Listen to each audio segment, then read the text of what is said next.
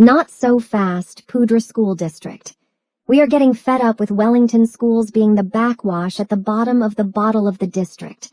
But don't worry, we have some suggestions at the end that might help you snap out of it. Let's start with the copper in water at the middle high school. We are beyond grateful for the industrious chemistry teacher that, through some great experiential teaching, most likely prevented a horrible outcome. But your lack of communication with the parents and the town residents that pay for that school was unacceptable. Next was the medical emergency that transpired with no notice to the parents. The kids all knew what happened, but the parents were left in the dark, having to call other parents to find out what their kids knew to try to piece it together so they could have meaningful conversations with their kids about what transpired. Again, lack of communication. In contrast, Colorado Early Colleges has shown us all how it's supposed to be done. On February 22nd, they sent out a communication to the parents informing them of the termination of their head of school, explaining the circumstances around it and what they were doing during the transition period while finding a replacement. They did this on the same day as the event occurred. It's not that hard. The difference is that CEC shows a high level of respect for the parents in that school by keeping them informed of what is happening, so they are prepared to support their children should questions arise or a change in attitude in the student presents itself.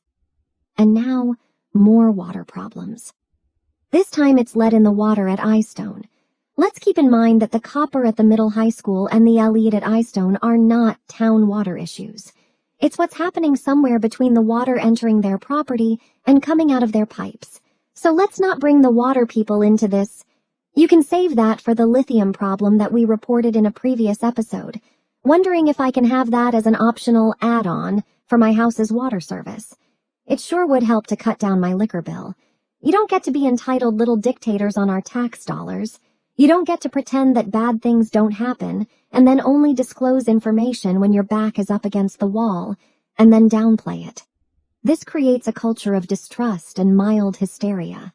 Wellington is not North Korea, and PSD needs to humble itself and create an environment where transparency is the standard, to the point that we know everything except the color of the principal's underwear that day.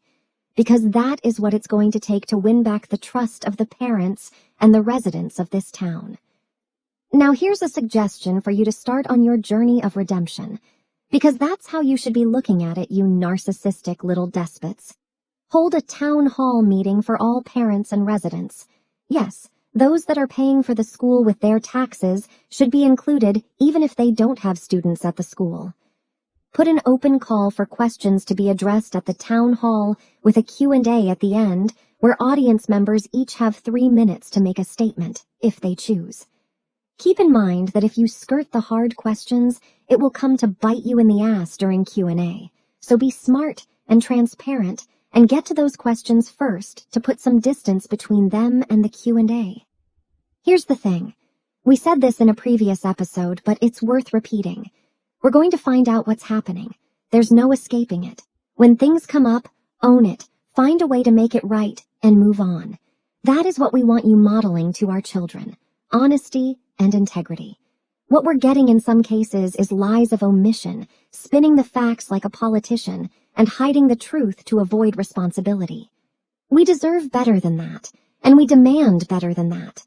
Be the example that our kids need to become good members of our community and show them that integrity matters.